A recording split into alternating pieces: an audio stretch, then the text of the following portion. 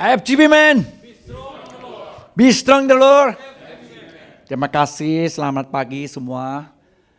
Leader yang luar biasa ya, saya sangat bersyukur, terima kasih dipercayakan untuk boleh testimoni di chapter yang legend ini ya.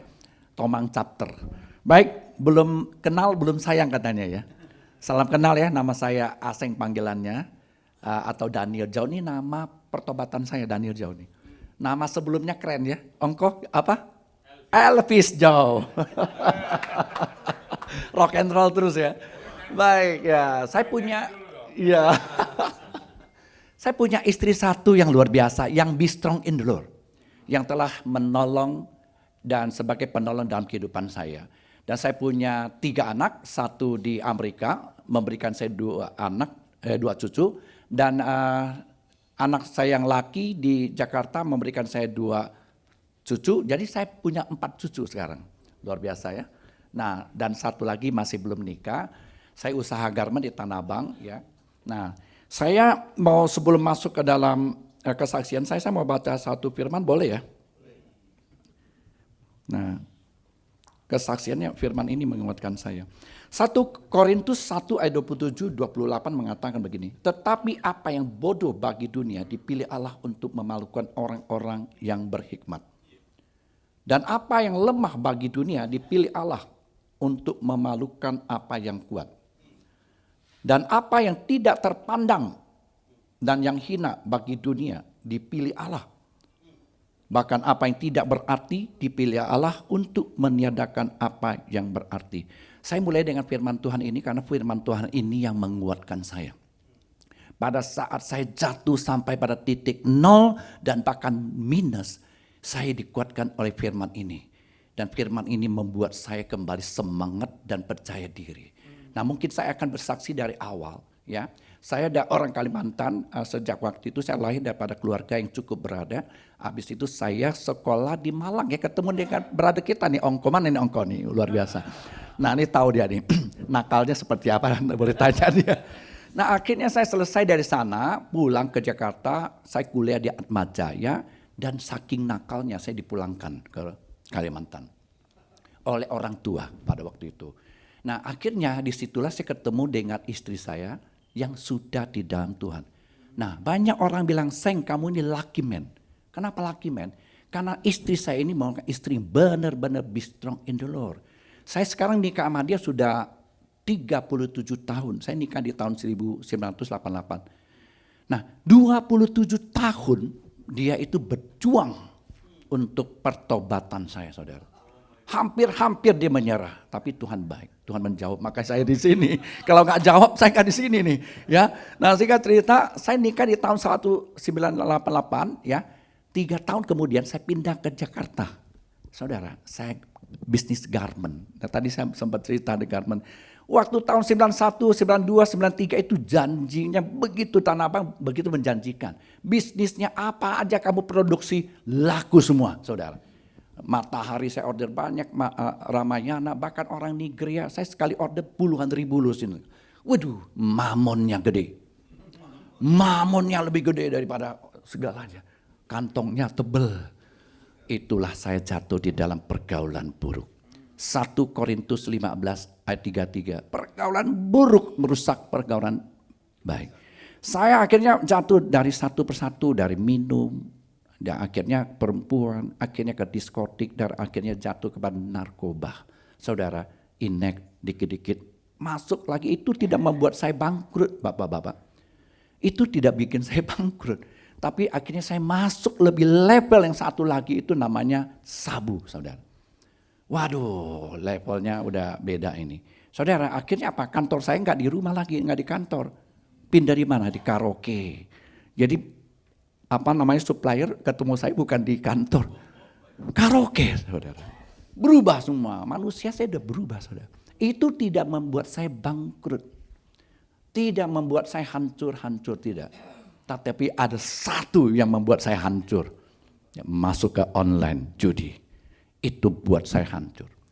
Jadi singkat cerita, apa yang saya kerjakan itu, saya berusaha, yang udah Tuhan berkati saya begitu luar biasa. Akhirnya satu persatu rontok depositonya. Sampai akhirnya Habis total saudara. Habis sampai sudah minus. Dan utang judi banyak, utang bank banyak. Saya cari-cari sertifikat saya. Untung istri saya nggak keluarin. Kalau keluarin habis sekarang. Kere saya. Benar-benar saya cari sertifikat toko saya, sertifikat. Nah, untuk istri saya keep benar-benar. Enggak keluarin. Berantem, ribut semua. Akhirnya apa yang terjadi teman-teman. Pada tahun 2009 tanggal 19 November, di situ titik saya jatuh sampai habis-habisan ya, karena narkobanya yang begitu berat, badan saya ceking begini, mata udah rontok, udah pokoknya itu hampir titiknya. Istri saya bilang hampir menyerah. Di situ Tuhan menjawab doa dia. Di situ datanglah 3 orang badannya gede-gede. Itu settingan dari orang tua saya sama istri dan anak. Tanda tangan, saya diciduk Pak. Saya diciduk dengan ada satu yayasan yang bisa menghandle demikian, saya diciduk di borgol. Waduh, saya diangkut di mobil, saya bilang ini saya mati deh. Saya utang banyak nih. Ini bisa debt collector nih, bisa tembak di jalanan. Ngobrol-ngobrol, ini Bu, kok kayak seperti polisi karena saya narkoba. Jalan terus segala macam. Ujung-ujung sampailah di puncak saya. Tanggal 19 bulan November 2009 itu momen tidak bisa terlupakan, saudara. Disitulah titiknya Tuhan hancurkan hidup saya, manusia lama saya. Masuk di dalam rehab, yang satu rehab itu yang benar-benar ekstrim dengan peraturan yang sangat ekstrim, yang kalau saya berkata itu penyiksaan gitu loh. Melirik pun tidak boleh. Itu namanya mata liar. Kalau ketahuan push up, mata liar. Wah, kita mesti push up nih. Dulu badan saya gede-gede sini ototnya, push up terus dihukum. Ya, kalau lagi nyaut dipuasain Pak. Dipuasain sampai 3 hari enggak makan. 7 hari, nyaut lagi dikasih 40 hari. Puasa nasi putih namanya. Jadi nasi putih sama air putih. Nanti ongko pulang coba Pak. Seminggu aja Bro. Gue bingung, saya nggak ngerti kenapa Tuhan kau kirim kepada tempatnya kayak begitu. Dulu saya berontak hati saya. Tapi nggak berdaya, hanya berhadap tembok dan Alkitab gitu loh. Saya nggak ngerti. Tidur pun mesti harus terentang begitu, saudara. Harus terentang begitu. Nggak jam 9 ya tidur begitu. Kalau lagi mata melihat di mata liar, ambil selimut. Nggak boleh tidur miring Pak. Berapa tahun? Itu bukan setahun, bukan 2 tahun, 6 tahun. Kalau lagi nyaut, tidur di lantai, di puncak, saudara. Coba ongkos sekali puncak tidur di lantai, ngerasain seperti apa nanti sayanya gitu loh. Itu saya nggak ngerti, saya teriak Tuhan kamu kenapa kirim ke tempat yang kayak begituan? Ini penyiksaan saya bilang. Ini bukan proses penyiksaan, saya nggak terima dulu. Saya belum mengerti firman Tuhan, saya nggak terima. Hadap tembok gitu loh. Nggak boleh melirik kiri kanan, minta air harus angkat tangan, minta 1 gelas air. Jadi hancur, saya nggak tahu. Ternyata Tuhan sedang lagi memproses saya. Dia menghancurkan manusia lama saya. 1 tahun pertama, itu yayasan itu nggak ada TV, nggak ada jam loh. Saya kasih, 5-10 menit ya, boleh ya. Nah akhirnya apa? Nggak ada TV, nggak ada jam. Jadi saya hanya bisa melihat pagi dan malam. Dan 1 tahun itu kalau saya masuk di November, 1 tahun itu ada Natal nyanyi lagu. Nah ini 1 tahun gitu loh. Soalnya nggak ada jam, nggak ada TV. Coba bayangkan, saya pikir ini 1 tahun istri bisa besuk saya. Saya tunggu yang lain dibesuk, yang sana besuk. Saya tidak dibesuk. Saudara. Masih kuat lah ya, masih bisa toleransi lah, baru ya 1 tahun. Tahun kedua bunyi Natal, nah. Ini pasti besuk nih. Tidak mungkin nggak besuk. Saudara, tunggu, Natalnya lewat tuh. Waduh, mulai goncang nih. Ini pikiran udah mulai diintimidasi nih. Oh, nggak apa-apa deh, tunggu tahun ketiga. Natal ketiga pasti datang besuk saya. Nggak mungkin istri anak nggak besuk saya. Tahu-taunya Natalnya lewat lagi loh Pak. Itu iblis mulai bekerja.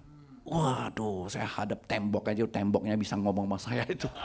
Waduh gila, itu udah nggak gila, saya nggak gila, bisa benar-benar gila aja dalam situ. Tapi hari ini nggak gila ya, Tuhan mau pakai saya kali ya. Benar-benar gila, ada yang gila Pak di Gostom keluar. Saya nggak ngerti kenapa kirim ke tempat yang beginian ya. Itu lihat saya udah kayaknya udah naga ngomong sama saya, pokoknya segala macam halusinasi. Wah, istri lu udah sama orang lain. Istri lu cantik, ya kan? Anak lu pasti narkoba, lu narkoba. Waduh, itu iblis sudah nyerang habis-habisan. Mau lawan gak bisa, kalau dilawanin puasa Pak. Dilawanin gak dikasih makan. Jadi nggak tahu deh, itu bertentangan. Saudara, saya nggak ngerti. Saudara, sampai tahun yang keempat, saya benar-benar berserah kepada Tuhan. Disitulah Tuhan bekerja. Benar-benar itu saya udah mulai nangis. Dan hari itu udah mulai nggak dengar Natal, sudah tenang hati. Di situ saya yakin percaya Tuhan telah jamah saya. Nah tahun kelima saudara, itu jebol. Itu yayasan itu jebol saudara. Ya bukan saya jebolin, anak-anak muda semua. Pang, pang, pang di gelas box keluar dan saya ikut kabur dan saya keluar saudara. Waktu itu saya tidak ngerti kenapa Tuhan izinkan saya pada tempat yang begitu mengerikan itu, merinding saya sekarang.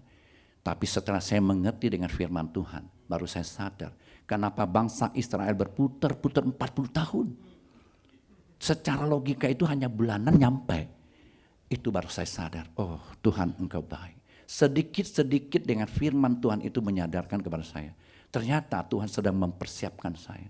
Coba bayangkan sekarang kalau kita bicara masalah firman, saya dikit sini saya tahu di mana gitu loh. Kenapa? Dari 6 tahun itulah. Karena diberhadapkan hanya dengan firman Tuhan. Jadi tidak ada apa-apa, hanya firman Tuhan. Saudara, disitulah tidak ada pekerjaan, hanya dengan firman Tuhan dan baca dan menghafalnya. Saudara, setelah saya keluar 3 hari kemudian, 4 hari kemudian, saya percaya ini adalah semua tuntunan Tuhan. Saya diajak oleh seorang yang namanya Pak Riki nih. Istrinya itu dengan istri saya begitu dekat, begitu dekat. Saya pikir dia ini teman saya ini sudah di dalam full gospel. Ternyata dia belum pernah di full gospel. Dia ajak saya ke full gospel, lucu ya. Nah ini manusia yang pertama kali ya. Yang diajak orang yang belum full gospel kepada full gospel. Teman-teman, tapi bersyukur saya menyadari bahwa full gospel ini sudah didengar di mana-mana. Bahwa tempat inilah tempat bengkel untuk orang-orang seperti saya ini, saudara. Waktu itu saya masuk dalam FGB, saya mendengarkan kesaksian demi kesaksian, saya dikuatkan, saudara. Makanya pada waktu titik yang paling rendah itu saya dikuatkan dengan firman yang tadi saya baca itu. Ternyata Tuhan bisa pakai siapapun latar belakang kita. Seiring berjalan saya 3 bulan kemudian saya baru menerima Tuhan Yesus. Bandel ya. 27 tahun istri saya ngajak saya ke gereja, saya gak pernah mau ikut. Udah dihajar Tuhan, baru saya terima. Tanggal 3 Oktober 2015 saya menerima Tuhan Yesus. Tepuk tangan dong, garing tepuk tangan. Setelah saya dibaptis, diajak ke Alor melayani NTT, jauh sana tuh. Ya kan, 3 hari kemudian saya pulang, mereka targetkan saya tanggal 18 untuk menjadikan saya presiden chapter. Biasa kan I Live Landy begitu ya. Teman-teman dengar deh. Tanggal 11 rumah saya terbakar habis. Teriak lagi saya. Tuhan, engkau kenapa? Saya masuk di dalam rahab yang begitu berat saya itu di dalam proses. Baru 3 bulan, saya baru dibaptis, baru melayani, baru merasa ingin bertobat hidup benar. Rumah saya terbakar. Secara manusia kacamata saya itu melihat musibah. Tapi ternyata Tuhan punya rencana yang luar biasa. Tepuk tangan benar. Setelah saya mengerti dengan firman Tuhan, ternyata anggur baru nggak bisa diisi di kirbab yang lama. Itu rumah, itu tempat sarangnya berantem, pisau terbang, kursi terbang, minuman botol terbang, tempat saya narkoba di dalam WC saya semua.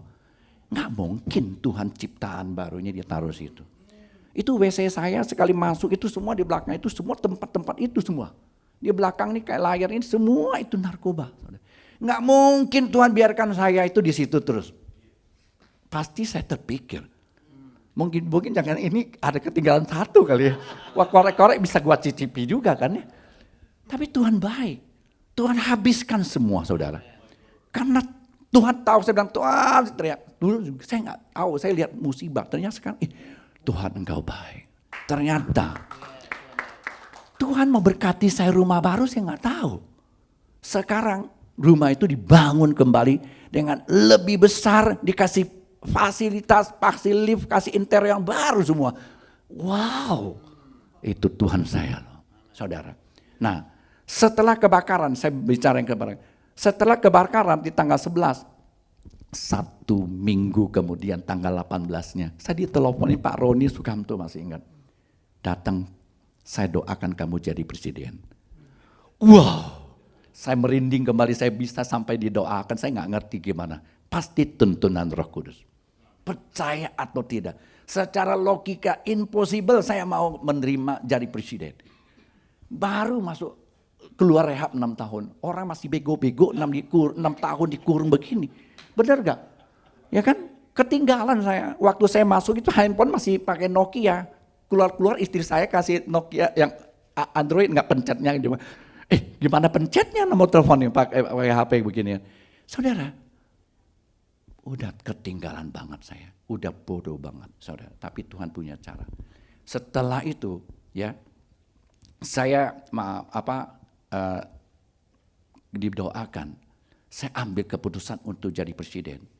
Dengan komitmen saya bilang untuk melayani dengan sungguh-sungguh. Tuhan angkat saya, level up loh. Setiap tahun, 1 tahun saya memimpin chapter. Multi 3 1 tahun. Multi 3 saudara. 1 tahun kemudian multi jadi saya VREP. Tahun keempat lagi saya jadi RD. Tahun kelima saya jadi RVP. Habis itu REVP dan tahun ini dipercayakan sebagai RP. Tepuk tangan melihat. Saya bingung saudara, dengan ini firman Tuhan yang begini, saya itu dikuatkan. Akhirnya Tuhan apa? Kamu bisa dipakai untuk kemuliaan nama Tuhan, saudara. Saudara sedikit 2 menit, saya mau sampaikan tentang bagaimana pemulihan saya dengan keluarga. Ini penting banget. Waktu saya tidak menjadi seorang ayah yang baik, waktu saya pertama kali keluar, anak saya nggak terima saya. Benar-benar waktu saya itu menyesal sekali. Tapi Tuhan kasih kesempatan untuk memupuk kasih, menanam kasih. Sampai hari ini semua anak saya, keluarga saya, ekonomi saya dipulihkan dengan sempurna. Tepuk tangan yang meriah Tuhan. Terima kasih, Tuhan Yesus memberkati.